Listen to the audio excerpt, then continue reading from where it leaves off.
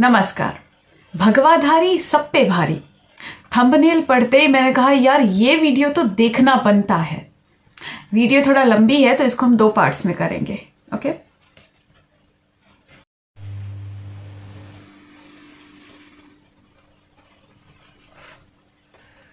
तो इतिहास उत्तर प्रदेश में रच दिया गया है और इतिहास वैसे उत्तराखंड में भी रच दिया गया है और पंजाब में भी रच दिया गया है।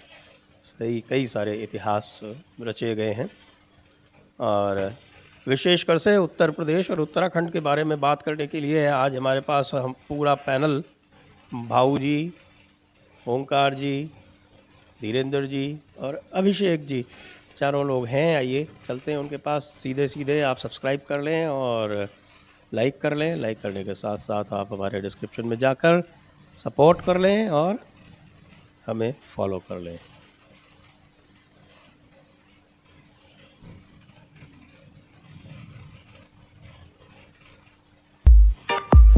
Press the bell icon on YouTube and don't miss another update.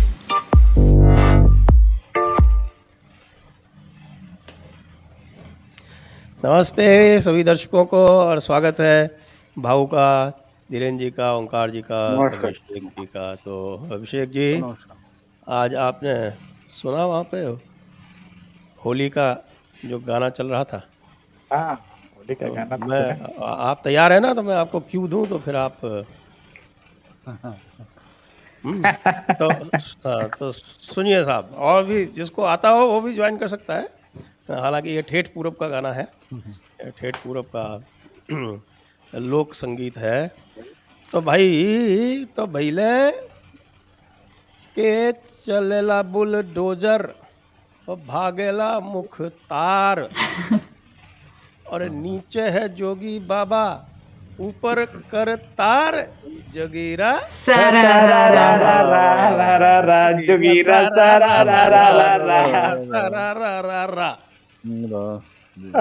एक और है। हाँ बताइए। नाही कर पैनी एक को शायरी, नाही कर पैनी एक को शायरी और नाही मिलल बा यूपी में कोनो स्थान। आ गई बा बुलडोजर बाबा के सरकार। बोलो जोगीरा सारा रा रा रा रा, जोगीरा सारा रा रा रा, जोगीरा सारा रा रा रा।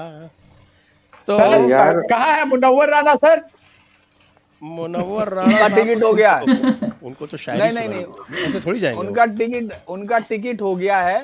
एक जिशान नाम के लड़के ने, जिशान ने, मैंने ट्वीट भी किया था, उसका इंटरव्यू भी लिया था, उसने उनका टिकट बुक कराया। वेटिंग थी 88। वो उस टिकट को लेके उनके घर देने जा रहा था और उसने कहा, एक बहुत अच्छी बात कहते हुए कहा कि मैं ये मानता हूँ कि वो सच्चे और अच्छे मुसलमान हुए तो अपनी बात के खरे उतरेंगे और मैंने ये टिकट कोलकाता का कराया है जहां मुसलमानों पर सबसे ज्यादा मेहरबान ममता बनर्जी हैं, लिहाजा वो उनके घर पहुंचे। उसका टिकट मैंने ट्वीट किया है। मैं इस पे शायद नहीं दिखा पाऊंगा, वो ट्वीट है बहुत ही अच्छा। वो लेके गया है, टिकट लेके आ गया था निशान 12 बजे। मुनव्वर राणा तो लेकिन मुनव्वर राणा तो खाट के नीचे घुस गए। निकल नहीं रहे वहां से। नहीं, ओरिजिनली वो शायद इधर के हैं, अमरोहा के आसपास का कौन था उनका टाउन, मुरादाबाद के कहीं उसके आसपास के टाउन के हैं वो। जैसे महाराष्ट्र में अनिल और राउत नाम डेंजर में है, वैसे शायद नॉर्थ में राणा सब डेंजर में आ गए। वो अयूब हो या मुनव्वर हो।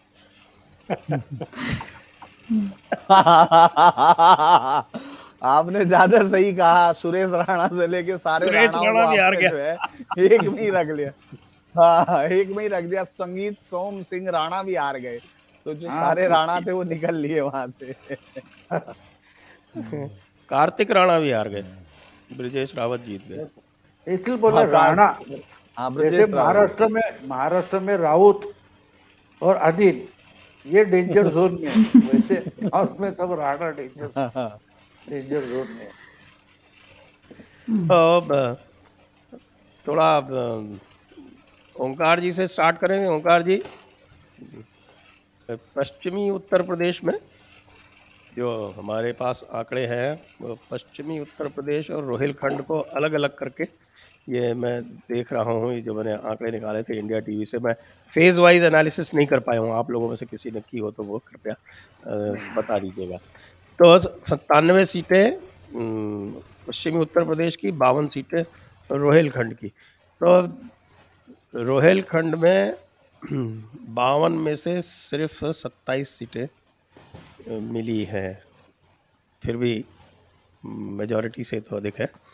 और आपके पश्चिमी उत्तर प्रदेश में, और उसमें मुजफ्फरनगर और सहारनपुर में बड़ी हानि हुई है, लेकिन बाकी जो पूरा है वो एक तरफा है, खासतौर से जो पूरा नीचे का जो आपका है बुलंदशहर और इनका सबको लेके। और 97 में से 97 में से 69, यानी लगभग आप ये समझ लीजिए 72-73% वहाँ पर है। ये पश्चिमी उत्तर प्रदेश का परिदृश्य है। तो मैं ओंकार जी से सबसे पहले पूछूंगा, जब पश्चिमी उत्तर प्रदेश के बाद में बताएं, उसके बाद फिर मैं भाऊ के पास चलूँगा। देखिए संजय जी, ये तो बिल्कुल हम लोग डिस्कस करते भी रहे थे शुरू से ही कि ये जो पहला और दूसरा फेज है ये थोड़ा सा क्रिटिकल रहने वाला है। और वो क्यों रहने वाला है? एक तो ये जो 13 महीने तक दिल्ली के किनारे पर आंदोलन चलवाया गया, लगातार लुटियन मीडिया के एक बड़े हिस्से ने एक ऐसे व्यक्ति के इंटरव्यूज़ आधा घंटे के, एक घंटे के करीब हर तीसरे दिन प्रसारित किए, जो अपनी कोई पहचान भी नहीं रखता था। यानी नवंबर 2021 से पहले उसकी कोई पहचान, 2020 से पहले उसकी कोई पहचान राष्ट्रीय स्तर पर नहीं थी, लेकिन उसकी पहचान ऐसी बना दी गई, उसको इस तरीके से प्रेजेंट किया गया कि पता नहीं कितना बड़ा हीरो है वो किसानों का। पंचायत चुनाव में क्या हुआ था हम सबको पता है। उसके अपने क्षेत्र में भी भारतीय जनता पार्टी का चेयरमैन बन गया था। अब भी अगर हम चुनाव नतीजों की मीमांसा करें, समीक्षा करें, तो पता चलता है कि उनका कुछ खास प्रभाव नहीं रहा है। हाँ, गठबंधन हुआ है, एक माहौल बना था समाजवादी पार्टी का और आरएलडी का जो गठबंधन हुआ, और जो मुस्लिम मतदाताओं ने एक तरफा वोट करने का फैसला किया। जहाँ जहाँ मुस्लिम मतदाता थे वहाँ कुछ जाटों का झुकाव जयंत चौधरी की तरफ, समाजवादी पार्टी का जो थोड़े बहुत पिछड़े, हालांकि यहाँ फर्स्ट फेज में उतने नहीं हैं, जाकर के तीसरे फेज में समाजवादी पार्टी का वोट बैंक है जहाँ यादव बेल्ट शुरू होती है। और पहले और दूसरे फेज में जो मुस्लिम और जाटों का कुछ हिस्सा भारतीय जनता पार्टी को मिला है, जितना हम अपेक्षा कर रहे थे, उम्मीद कर रहे थे, उतना ही मिला है। पर जितना भारतीय जनता पार्टी को पिछले चुनाव में मिलता रहा है उससे 5-7% शिफ्ट हुआ है लोकदल की तरफ, समाजवादी पार्टी की तरफ, जिसकी चर्चा मैंने शुरू में ही आपके प्रोग्राम्स में और अपने प्रोग्राम्स में भी करनी शुरू की थी कि जाटों का बड़ा चंक नहीं टूट रहा है, एक मामूली सा चंक है जो थोड़ा सा शिफ्ट हो रहा है। और उसके कारण हैं 2014 और 2019 में अजीत सिंह और जयंत चौधरी दोनों हारे। यहाँ तक के जो चौधरी चरण सिंह के समय की कोठी इनके पास थी वो भी इनको खाली करके महरौली में जाकर के शिफ्ट होना पड़ा था चौधरी अजीत सिंह को। कहीं ना कहीं थोड़ा बहुत था जाटों के मन में कि ये अगर भारतीय जनता पार्टी के साथ होते तो हारने के बावजूद शायद ये कोठी खाली नहीं कराई जाती, जिससे चौधरी चरण सिंह का नाम जुड़ा हुआ था, या बरसों से जहां अजीत सिंह रह रहे थे। तो भावनात्मक रूप से मैं तो समझता हूं, धीरेन्द्र जी समझते हैं इस इलाके में, कि मतदान से एक दिन पहले, एक रात पहले बहुत सारे बुजुर्ग जाटों के सपने में चरण सिंह आ जाते हैं और वो कहते हैं कि भाई थोड़ा ख्याल रख लेना, और फिर वो लाइन लगा करके ख्याल रखते हैं इनका। तो उसका थोड़ा सा असर जो है हमें देखने को मिला है। फिर भी उतना नुकसान भारतीय जनता पार्टी को इन दोनों ही क्षेत्रों में नहीं हुआ है जितनी इन लोगों ने सोची थी। ये इनके तो आप अगर इनकी सभाओं के भाषण उठाकर देख लें या बाद में भी जिस तरीके से ये एक गेहूं की पोटली लेकर के चलते थे और हर जगह प्रेस कॉन्फ्रेंस में संकल्प दिलवाते थे कि अन्न का संकल्प लीजिए, ये तो ये मान करके बैठे थे कि इस पूरी बेल्ट से हम भारतीय जनता पार्टी का सफाया कर देंगे, सुपड़ा साफ कर देंगे। तो वैसा तो है नहीं। कुछ कुछ पॉकेट में भारतीय जनता पार्टी को नुकसान हुआ है, जिसके बारे में हम पहले से ही कहते रहे थे कि कुछ नुकसान तो होगा, लेकिन उतना बड़ा नहीं है। और तीसरे दौर की जब वोटिंग हुई थी, वो तो विशुद्ध रूप से इन्हीं की बेल्ट मानी जाती थी, जहाँ से करहल से ये जीत तो गए हैं, लेकिन जो बाकी की सीटें थी वहाँ भारतीय जनता पार्टी, वहाँ भी भारतीय जनता पार्टी ने लीड ली है। सेकंड में भी भारतीय जनता पार्टी ने लीड ली है। फर्स्ट में भी भारतीय जनता पार्टी ही आगे रही है, ये लोग आगे नहीं रहे हैं। हाँ, कुछ कुछ ऐसी सीट थी जहाँ हमें लग रहा था कि ये भारतीय जनता पार्टी जीतेगी, लेकिन वहाँ वो लूज कर गई है। अभी धीरेन्द्र जी प्रोग्राम शुरू होने से पहले पूछ रहे थे कि वेस्ट यूपी के डिटेल, तो बड़ौत में कुछ समय पहले तक आरएलडी आगे चल रही थी, लेकिन वहाँ भारतीय जनता पार्टी जीत गई। तो बागपत और बड़ौत दो 200 वोट से जीती है। जी जी, तो बागपत और बड़ौत में भारतीय जनता पार्टी का आगे रहना बड़ी घटना है। इसके बावजूद के आरएलडी ने कई सीटें जीत ली हैं, शायद 8 सीटें टोटल मिलाकर के वो जीत रही है जी। और बागपत तो बहुत लंबी मार्जिन से जीती है। हाँ, वहाँ योगेश धामा, हालांकि योगेश धामा और डॉक्टर सत्यपाल सिंह जो एमपी हैं, दोनों के बीच में बनती नहीं है। 36 का आंकड़ा है। और लोकसभा चुनाव में तो सतपाल सिंह ने ये आरोप भी लगाया था पार्टी नेतृत्व से कि धामा ने उनके खिलाफ काम किया है। फिर भी धामा का टिकट नहीं कटा, क्योंकि बीजेपी नेतृत्व ये समझती है कि वो एक मजबूत कैंडिडेट है और उसने अच्छा चुनाव लड़ा, अच्छी जीत दर्ज की है। संजीव बालियान का भी उसको सहयोग मिलता रहा है, जो मुजफ्फरनगर से एमपी हैं और केंद्र में मंत्री जी। और मैं अब भाऊ के पास चलता हूँ। भाऊ, जो परिणाम सामने आ रहे हैं उसमें ये देखने को मिल रहा है कि पिछली बार भी जहाँ समाजवादी ने स्वीप किया था, वो इस बार पुनः दोहराया है। जैसे कि मुरादाबाद रामपुर क्षेत्र है, तो मुरादाबाद में पिछली बार भी 6 की 6 जीती थी इन्होंने, इस बार भी 6 की 6 जीती हैं। इसी तरह से रामपुर में पिछली बार बीजेपी ने सिर्फ 2 जीती थी, इस बार 1 ही जीती है। हालांकि संभल में हमेशा की तरह चंदौसी फिर जीत गई है भारतीय जनता पार्टी। तो ये जो पोलराइजेशन इस बार इन्होंने किया मुस्लिम्स ने, क्या आपको लगता है कि इसका परोक्ष रूप से भारतीय जनता पार्टी को लाभ मिला? क्योंकि वो जो काउंटर पोलराइजेशन हुआ उसको हम देखते हैं तो पूरा का पूरा अवध क्षेत्र, पूरा सेंट्रल यूपी क्षेत्र, ये एक तरह से आप अगर मैप उठा के देखें तो पूरा वो भगवे में रखा हुआ है। मैं तो इतना बारीकी से अभी इस चुनाव नहीं देख पाया हूँ, रिजल्ट या स्टडी कर पाया हूँ, लेकिन पूरा यूपी अगर हम कंसिडर करें तो जिस जंग का माहौल भी बंगाल के बाद बनाया गया था कि समझो भाई अभी अब बंगाल का रिपीटेशन होगा, लेकिन ये गधे एक बात भूल गए थे कि बंगाल में हुआ वो तो यही वो यहाँ भी हुआ है। बंगाल में सत्ता में थी वो पार्टी इंटैक्ट जीत कर आई थी, तो उसका मतलब बंगाल का अगर यहाँ परिणाम दिखाई देने वाला है तो बीजेपी जीतने वाली थी। हाँ, जो छोटी पार्टी थी वो बड़ी होगी, वहाँ बीजेपी बड़ी हो गई या समाजवादी पार्टी बड़ी हो गई। तो मेरे दिमाग में पहले से ये था कि वो और लोग भी बोल रहे थे कि मायावती कुछ नहीं कर रही है, तो मायावती ने होप छोड़ दिए थे और पूरी तरीके से मायावती के वोट जो है पोलराइज होते होते समाजवादी पार्टी के पास आ गए। तो उसका फायदा उन्हें मिला है। लोकसभा में उसका फायदा मायावती को मिला था। बेचारा अखिलेश 14 में 5 थे, 19 में 5 ही रहे, लेकिन मायावती के 10 हो गए थे।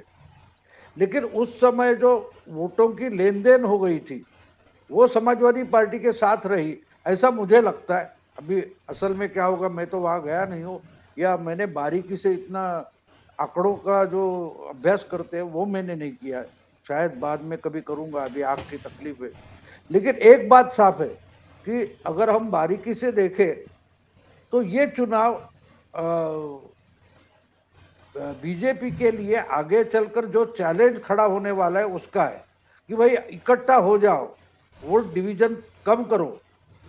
ये यहाँ से अपोजिशन के लिए सीख है। अब कितना सीखते वो तो बात अलग है, लेकिन ये सीख है कि अगर वोट की डिवीजन नहीं होती तो फायदा होता है, किसी एक को होगा। और ये अगर करेंगे पूरी के पूरे खड़े हो जाए, कांग्रेस वाले ममता के पीछे खड़े हो जाए, ममता वगैरह बंगाल, गुजरात, राजस्थान, यहाँ जो सीधे बीजेपी के साथ टक्कर है वह सब लोग बीजेपी के साथ खड़े हो जाए, अखिलेश हो, मायावती हो, लेकिन ये होगा नहीं। देखो एक बात होती है, हमने देखा पिछले चुनाव में राजस्थान, मध्य प्रदेश, छत्तीसगढ़ में बीजेपी हारी थी, लेकिन लोकसभा के मानो सबके सब सीटें बीजेपी ले गई थी। इसका मतलब ये है कि लोकल लेवल पर डिवीजन बढ़ता कैसे जाता है वो भी हमें समझना। मैं उसका एक अलग से विश्लेषण देता हूँ कैसा होता है वोटिंग।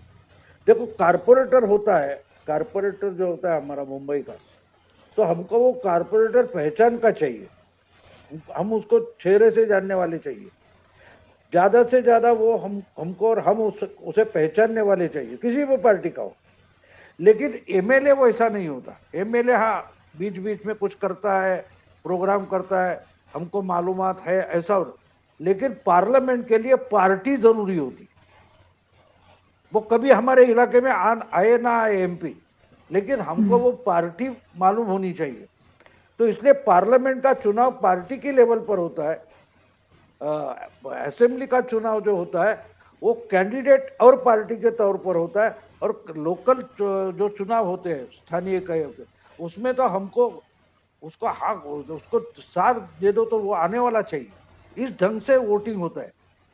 तो मुझे लगता है कि इसमें हम लोकसभा का परिणाम अगर देखना चाहते हैं तो मुझे लगता है बड़ा भारी नुकसान नहीं हुआ है, ये तो होना था। देखो आपको याद होगा तो 2009 में ये जो 80 सीटें थी उसमें से 22 या 23 सीटें कांग्रेस ने जीती थी, और दिग्विजय सिंह से लेकर सबने उसका चेहरा तो राहुल गांधी के मत्थे पर बांधा था कि राहुल की वजह से। फिर वो जाके टपक गए उधर, 1.5 साल मुकाम पर रहे उधर, कि अकेले 2012 में वो जितना चाहते थे, भट्टा परसुल वगैरह वो हो गए। लेकिन 22 सीटें जिनको लोकसभा में मिली थी उनको 24 सीटें सिर्फ विधानसभा में मिली। तो वो कहाँ गए वो? क्योंकि जो पार्टी लोकसभा में बहुमत करके सरकार बना सकती है वो तो बीजेपी या कांग्रेस होती थी, एसपी वगैरह नहीं होती थी। तो उस ढंग से जो मतदाता है वो, मेरा ख्याल है कि हर चुनाव के लिए जो फ्लोटिंग वोट होता है वो चुनाव किसके लिए है ये देखता है। और एक बात होती है, जब उपचुनाव होता है, बायपोल होता है, तो बायपोल में हमको उस इलाके का एमपी चुनना है, इस इलाके का एमएलए चुनना है। लेकिन जनरल इलेक्शन होता है तो मुख्यमंत्री या प्रधानमंत्री चुनना होता है। तो उस ढंग से सोचने वाला वोटर बढ़ रहा है, ऐसा मैं मानता हूँ। ये चुनाव उसका परिणाम हो सकता है, परिणाम भी हो सकता है, परिमाण भी हो सकता है। जी, मुझे अभी करेक्ट किया गया है दर्शकों द्वारा कि बिलासपुर की सीट भी अंत में संभवतः भारतीय जनता पार्टी जीत गई है। और अभी जो भाऊ ने कहा, मैं दो तीन चीज़ें थोड़ा सा स्पष्ट कर दूं, क्योंकि जो 2009 का जो परिणाम था लोकसभा का, वो एक तात्कालिक कारण था जिसमें मुलायम सिंह जी ने कल्याण सिंह जी से हाथ मिलाया था, और उसके कारण आजम खां उनको छोड़ कर चले गए थे, और मुस्लिम वोट पश्चिम उत्तर प्रदेश में लगभग पूरा का पूरा कांग्रेस को शिफ्ट हो गया था। वो एक तात्कालिक कारण था, उसको उन्होंने जब करेक्ट कर लिया तो वो वापस फिर जैसे था वैसा हो गया था। यही एक कारण कांग्रेस के आने का था। अभी मैंने इसका विश्लेषण किया, जो वोट की शिफ्ट हुई है, तो 9% वोट जो है वो लगभग बहुजन समाज पार्टी का घटा है और लगभग 3% वोट जो है वो कांग्रेस का घटा है। और इसका मतलब ये है कि दो बड़ी पार्टियों में मिलके 12% वोट खोया है। लेकिन यदि हम विश्लेषण करें और वो तो गया है सपा को। पिछली बार जब ये साथ साथ थे दोनों लड़के, तब इनका जो सम्मिलित वोट था वो लगभग 28% था और इस बार जो इनका सम्मिलित वोट है वो लगभग 35% तक आ रहा है। यानी इसमें लगभग 7% की बढ़ोतरी इनके वोट में हुई है, इनके गठबंधन के वोट में हुई है। साथ में भारतीय जनता पार्टी का भी वोट जो है वो लगभग 4-4.5% बढ़ा है। तो दोनों के वोट में बढ़ोतरी हुई है और अंतर केवल इतना रहा है कि पिछली बार इनके दोनों के बीच में जो अंतर था वो लगभग 12%, लगभग 13% था, लेकिन इस बार जो इनके बीच में अंतर है वो 10% ही है। और जहाँ तक सेगमेंट्स की बात है तो इस समय जो चल रहा है वो इनका जो गठबंधन है वो 274 सीटें जीतता दिख रहा है। लोकसभा में इन्होंने 284 असेंबली सेगमेंट जीते थे। और अब हम चलते हैं धीरेन्द्र जी के पास में।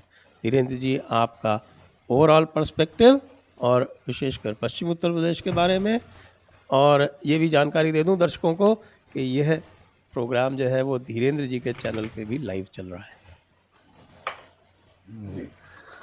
देखिए, ओवरऑल पर्सपेक्टिव तो शुरुआत अगर हम लोग करते हैं तो इससे बहुत सारी चीजें साफ हो गई हैं। अगर आप ये देखेंगे कि ये इस गठबंधन से पहले 2019 के उस गठबंधन को 93 से लेके अब तक का सबसे बड़ा गठबंधन बताया जा रहा था। लगातार ये कहा गया कि जब मिले मुलायम काशी राम, हवा में उड़ गए जय श्री राम, तो उसके बाद उन्होंने कहा कि ये होगा। लेकिन 2019 में उससे ऊपर उठ गई बीजेपी, उससे ऊपर उठ गई और वो तमाम लोग आपको वहीं दिखाई देने लगे जहां वो थे। इसके बावजूद की और 2019 में 51% वोट शेयर प्राप्त कर लिया था वोट शेयर के साथ, यानी उन्होंने जिसको हम गोल्डन रूल कहते हैं डेमोक्रेसी का, उसके बेसिक्स पर वो गए कि 51%, 50% से ऊपर कोई पार्टी लेती है तो हम उसको ये मानते हैं कि हाँ उसने पूरा मतलब जिसको शासन करने का, चूंकि हमारे यहाँ तो उस तरह की प्रणाली नहीं है, लेकिन उसने उस प्रणाली को पार किया है, बहुत रेयर होता है। इसके बाद आप 284 सीटों पर आगे थे, लेकिन आज की डेट में आप उसके 2 साल बाद, जबकि आप इस दौरान किसान आंदोलन के नाम पर घोर जातिवादी राजनीतिज्ञों का उसमें इस्तेमाल करते हुए, और आप मतलब उस पर हम लोग पंजाब पर अभी नहीं है, लेकिन जो हम लोग लगातार बात कर रहे थे कि वहाँ वो चुनाव लड़े हुए किसान थे, उनको उनकी जमानतें जब्त होने के बाद उनका कोई नाम ही नहीं सुनाई दे रहा हो कि वो कहीं लड़े थे। उसी तरह से अगर यहाँ से चौधरी टिकैत और वो लोग खुल के सामने आते तो शायद और ज्यादा साफ होता, क्योंकि आज जब मेरे साथ उसके सवाल जवाब हो रहे थे राकेश टिकैत के, तो उसने कहा कि हमने तो ऐसा नहीं कहा, और मैंने कहा कि क्या एक जाति विशेष की पार्टी वो आंदोलन था या आपकी पार्टी जो एक विशेष जाति विशेष की वर्त है, तो उस पर भी वो सही से जवाब नहीं दे रहा था। तो मुझे लगता है कि एक सबसे बड़ा परसेप्शन फिर वापस तोड़ा है कि वो आंदोलन किसानों का आंदोलन नहीं था, वो दिल्ली में बैठे हुए कुछ लोगों के तरफ से लिखा गया आंदोलन था। दूसरा ये है कि जिसके जाट उसकी खाट, माफ कीजिएगा मैं कुछ सारे शब्द जातिवाद के लिए नहीं कह रहा, क्योंकि आप ओवरऑल कह रहे हैं, जो मैं ये कह रहा हूं कि ये कैसे राजनीति शिफ्ट होगी, इस चुनाव से बहुत सारी राजनीति शिफ्ट होगी। उसमें आप देखेंगे कि इसने बिल्कुल आपको जितनी ताकत के साथ आप वोट ले सकते थे उतना आपने ले लिया, जितना आप डिवीजन कर सकते थे आपने कर लिया, जितना मुस्लिम वोट आप ले सकते थे। ये बाइपोलर वोट ये चुनाव है, और इस सब में अगर आप गौर करेंगे, मैं मुजफ्फरनगर के हिस्से सब देख रहा था, 5000 या 7000 से जीत रहे हैं वो लोग, इस सब के बावजूद, और बसपा के पास बहुत तकड़े वोट नहीं है। यानी ये फ्यूचर पॉलिटिक्स की तरफ इशारा करता है कि अगर वो वोट परसेंटेज आगे बढ़ता तो उसके बाद आप ये सोच सकते हैं कि इस तकड़े गठबंधन के बावजूद ये कल को चुनाव जीतने का दावा नहीं कर सकते हैं कि हम पहले से तय कर दें कि ये चुनाव हमने गठबंधन कर लिया और हम जीत जाएंगे। बीजेपी के लिए एक सिल्वर लाइनिंग ये है। दूसरा ये है कि इसमें जो हम लोगों ने शुरू में बात की थी, मुझे लगता है कि आज फिर उसी बात को दोबारा करने का जरूरत है। और जयपुर डायलॉग को या हम तमाम लोग जो आपके साथ इतने लंबे समय से जुड़े हुए हैं, उन सबको बंगाल चुनाव को लेकर बहुत सारे देखने पड़ रहे थे। लेकिन आप देखिए, आपके पास तमाम चीजों के आंकड़े थे और आपके पास अपने कारण थे। जैसे इस चुनाव को जस्टिफाई करने के कारण किसी के पास उनके नहीं है। जो इस चुनाव में आपको दिख रहा था कि ये आंधी चल गई, ये सब उड़ गए, ये सारी चारी कहानियों के साथ हम देख रहे थे। इसके उलट ये गठबंधन बाइपोलर इलेक्शन में सबसे ज्यादा वोट लेने के बावजूद बहुत इनविंसिबल नहीं दिख रहा है यहाँ। बाकी दूसरा, बीजेपी को ये सोचना होगा कि जिनके आपने जिन लोगों को वो टिकट दिए थे, मैं फिर याद कीजिए, जो सुरेश राणा या तमाम लोग आपके इसी शो में जिनको देखना है वो जो वापस जाकर देख सकते हैं कि हम लोग ये पहले ही तय कर चुके थे इसी में कि ये चुनाव हारेंगे। मृगांका सिंह पर आप बात कर चुके थे, सुरेश राणा पर आप बात कर चुके थे, संगीत सोम पर आप बात कर चुके थे। अगर हम लोग ऐसे ही बोलने लगे तो शायद मुझे लगता है जयपुर डायलॉग का या ओसीएन नेटवर्क का इस बार का ये है, सीट वाइज सीट लोगों को मिल जाएगा कि किस तरह से हम लोगों ने उसको एनालाइज किया था। मुझे लगता है कि फ्यूचर के लिए ये एक बहुत ही अगले 20 साल की राजनीति आप इसी के इर्द गिर्द घूमते हुए देखेंगे। हालांकि ये जरूर है कि यहाँ से शायद मुस्लिम जिस तरह के प्रयोग यहाँ बीजेपी को हराने के लिए करते रहे हैं, उसमें एक नया प्रयोग शायद 2022 में आप देखेंगे, क्योंकि अखिलेश यादव अपने इस गठबंधन के साथ मैक्सिमम जो वो हासिल कर सकते थे वो इस चुनाव में हासिल कर चुके, और वो हासिल उनका 120-25 सीट से ऊपर नहीं जाता है। यानी घोर जातिवादी पॉलिटिक्स के साथ मुस्लिम ध्रुवीकरण का कंप्लीट ध्रुवीकरण वो उनको 125-30 सीटों से ऊपर नहीं ले जाता, जो हम लोगों ने कहा था कि 130 पर जाकर ये गठबंधन का जातीय स्वरूप जो बताता है वो हाफने लगेगा, तो उतने तक वो जाकर हाफ गए हैं। दूसरा, बीजेपी के तमाम आप देखेंगे उन लोगों के खिलाफ है, ये वोटों का परसेंटेज जो अंतर आपको दिख रहा है जीत का, ये बहुत बड़ा नहीं है। जबकि बीजेपी के कैंडिडेट 2.25 लाख से जीत रहे हैं, जहां याद कीजिए 45%, आपको याद होगा साहिबाबाद के उस पर हम सब ने चर्चा की थी कि ये कितना वोट पड़ा है, क्या वोट पड़ा है। उसके बाद आपने देखा होगा नोएडा में वोट परसेंटेज गिरा था, वहां 1,79,000 से बीजेपी का कैंडिडेट जीत रहा है। याद कीजिए नोएडा की 3 सीटें आपके पास कहा गया कि नहीं साहब यहाँ से। तो मैं सिर्फ लोगों को रिकॉल करा रहा हूँ कि ये जो हम लोग एनालाइज कर रहे थे उसके इस आने वाले समय की राजनीति के बीज इसी में छिपे हुए हैं। बाइपोलर इलेक्शंस में भी जातीय गठबंधन बहुत बड़ा खेल नहीं कर सकते हैं। इसके बाद कांग्रेस की तरफ शिफ्ट करेगा 2024 में मुस्लिम वोट, क्योंकि मुस्लिम वोट अपने प्रयोगों की परिधियों को पूरा नाप चुका है। उसके बाद वो घूम फिरकर 360 एंगल पर अब वापस वहीं जाकर खड़ा होना चाहता है जहां जातियों को तोड़ने की कोशिश हो। बीजेपी ने लॉ एंड ऑर्डर के सहारे इस पूरे जातियों के गणित को तोड़ दिया है, और योगी आदित्यनाथ एक ऐसे लीडर के तौर पर स्टेब्लिश हो रहे हैं जो पार्टी के वोट को ऐड कर रहे हैं, एड ऑन कर रहे हैं। अगर हम इसको ये गौर करते हैं, तब पिछली बार बीजेपी समाजवादी पार्टी जिन सीटों पर लड़ी थी, 300 कुछ सीटों पर लड़ी थी, उसका वोट परसेंटेज उन सीटों पर लड़कर लगभग 27 से 28% था। 22% तमाम जोड़ के था, उस पर कुल मिला के 27-28% था। तो वो उसमें अपने आप को 1-2% यानी मुस्लिम वोटिंग का मैक्सिमम इस्तेमाल करने के बाद वो इतना कर पाई है। तो मुझे लगता है कि अगर ये एंटी इनकम्बेंसी इनके विधायकों के खिलाफ नहीं होती, जैसा कि हम लोगों ने शुरू में कहा था कि योगी की लहर चल रही है उत्तर प्रदेश में।